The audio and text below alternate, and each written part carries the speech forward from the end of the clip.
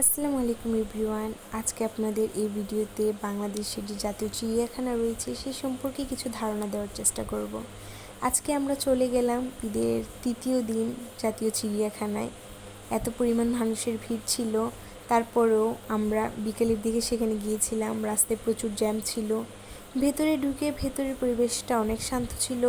সেখানে মানুষের অত একটা ভিড় ছিল না, তবে বাহিরে অনেক ভিড় ছিল।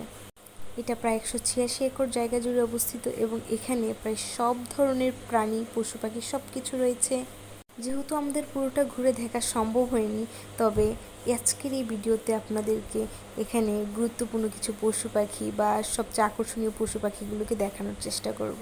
তাই ভিডিওটা না টেনে দেখতে থাকুন।